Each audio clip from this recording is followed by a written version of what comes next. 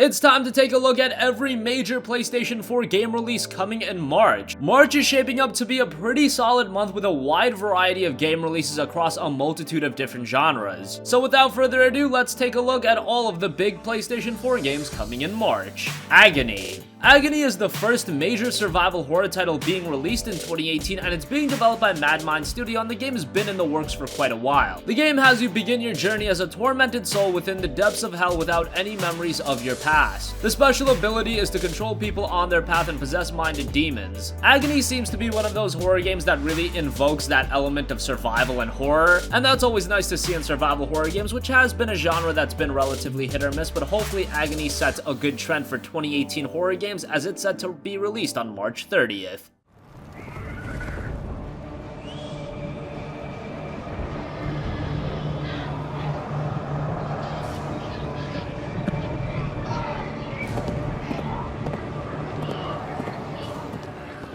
Far Cry 5. One of Ubisoft's staple franchises is back once again with Far Cry 5. Far Cry has been one of those franchises that I think is adored by a lot of gamers, but with the release of Far Cry 4 and Far Cry Primal, those didn't really set the gaming world on fire. However, we do have very good memories of Far Cry 3. It's just that 4 and Primal, even with the setting change, was a lot more of the same. And Far Cry 5 on one hand does look very similar to 3 and 4, however, that's not necessarily a bad thing because while it is similar, those games at their core were very good, and Far Cry 5 is doing enough different where it does seem to be a fresh experience. Unlike previous titles in the series where you take the role of a set character, this game is going to feature a new character creator. It'll have the old aiming system, and of course you'll have a variety of range and explosive weapons to fight against enemies with. Far Cry 5 was originally set to be released this month in February, but it was pushed back until March 27th. Hopefully it turns out well. The enemy. There we go.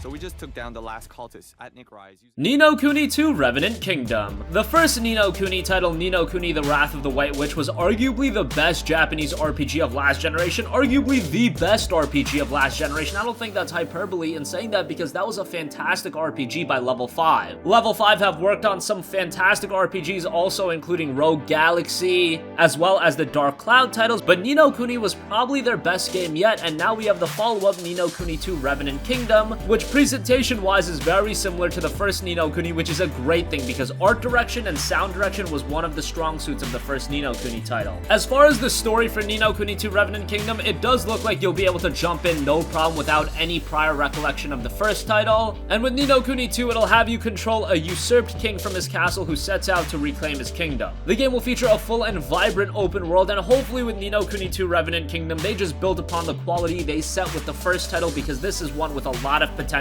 And JRPGs have been fantastic this generation, so hopefully Ni no Kuni 2 can keep up that trend. Ni no Kuni 2 Revenant Kingdom comes March 23rd. You were just in the wrong place at the wrong time. Here it is, Evan. My dearest friend.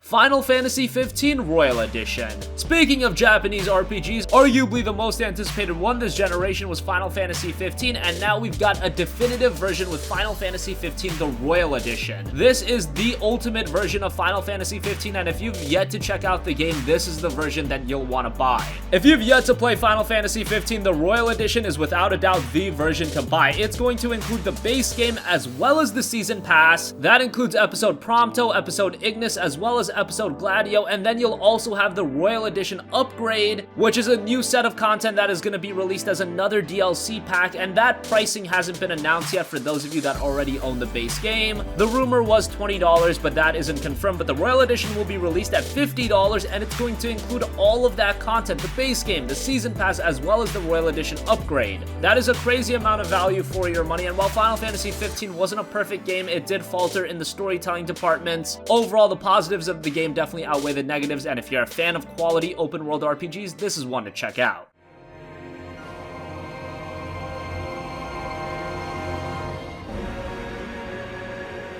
Brothers and sisters, I ask you to stand by me and fight at my side for the light and for the future of our world. A Way Out. A Way Out is a very interesting game. It's an action-adventure game played from a third-person perspective, and it's specifically designed for cooperative multiplayer, which means that it must be played with another player through either local or online play, but don't worry too much, you only need one copy of A Way Out, so if you own the game, you'll be able to invite a friend and play it no problem, and best of all, it is releasing at a budget price point, so that's great too. As far as the game itself, you control Leo and Vincent, two convicted prisoners who must break out of prison and stay on the run from the authorities. The story of both characters is told simultaneously, and you'll have to cooperate with your partner in order to progress. Each situation can be approached differently, with both characters taking different roles. A Way Out is one of the most interesting games EA has published thus far, and it's gonna hit the market on March 23rd. Attack on Titan 2. Attack on Titan is one of the most recognizable Japanese IPs currently. It's a huge manga, a huge anime, and it's already had its first video game in Attack on Titan, and now we have Attack on Titan 2. Attack on Titan 2 will cover the anime Season 2 events, and it will feature some gameplay refinements from the very first Attack on Titan.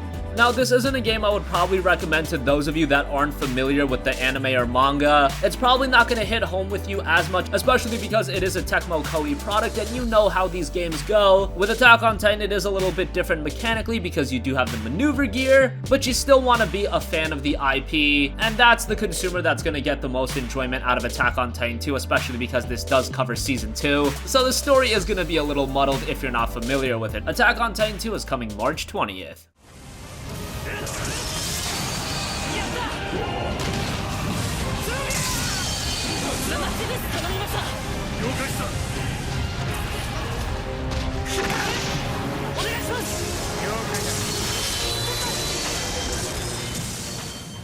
Assassin's Creed Rogue Remastered. Assassin's Creed Rogue is probably the most forgotten Assassin's Creed game. It's right up there with Assassin's Creed Syndicate. And Assassin's Creed Rogue was forgotten because originally it was released as a last generation title when the next generation platforms came out, and it was released on the same day as Assassin's Creed Unity, so Ubisoft decided to bring out Unity for the next generation consoles and Rogue for the last generation consoles. Most gamers, because they had moved on to the PlayStation 4 and the Xbox One, they went with Assassin's Creed Unity, but lo and behold, that Assassin's Creed Rogue was actually the better of the two games. Assassin's Creed Rogue is very similar in gameplay to Assassin's Creed 4, which many would consider to be one of, if not the best Assassin's Creed title. Personally, for me, it's probably my second or third favorite, and I wouldn't say Assassin's Creed Rogue is as good as AC4, but it is a very good game. It has a very interesting story with you playing as a Templar, so it's a nice change of pace. And after the release of Assassin's Creed Origins, it does look like the faith in the Assassin's Creed IP has been restored, and you'll be able to check out Assassin's Creed Rogue Remastered on March 20th. Devil May Cry HD Collection.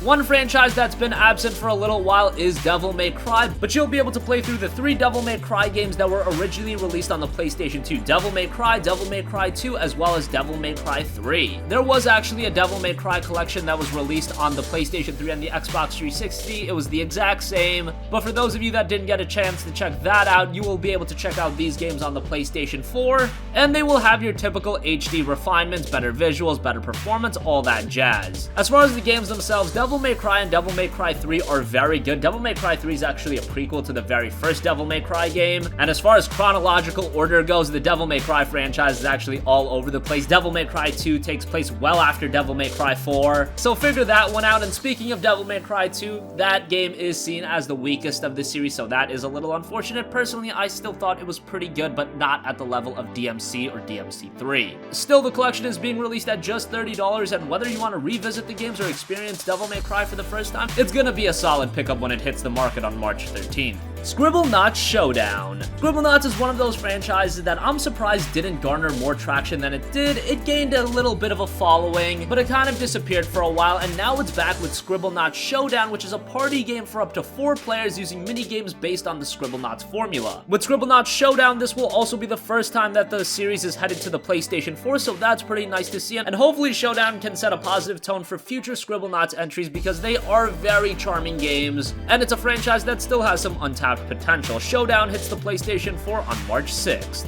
And finally, Titan Quest. Titan Quest is a very old school dungeon crawling RPG similar to the likes of Diablo, and it was released on PC a long time ago, but now it's coming to the PlayStation 4. And of course, from a visual standpoint, Titan Quest isn't the most endearing game in the world, but that's not why you're going into Titan Quest. You're going in there for an engaging experience and a game that you can put a lot of time into. More interesting is gonna be how this game translates over to the DualShock 4 controls, which shouldn't be too much of a problem. We've seen Diablo 3 release on PlayStation, and those games have done very well on console, and they've worked very well, and it looks like with Titan Quest, they're putting a lot of care with the console adaptation. They're changing around the UI and the HUD, adapting the controller interface to the DualShock 4, and of course with this version, because it is being released over a decade later, they are improving the visuals, so that's always nice to see. Titan Quest is coming on March 20th. So that wraps up every big PlayStation 4 game coming in March 2018. What do you think? Which PS4 games are you the most excited for next month? Let us know your thoughts in the comment section down below. Thank you for watching, and goodbye.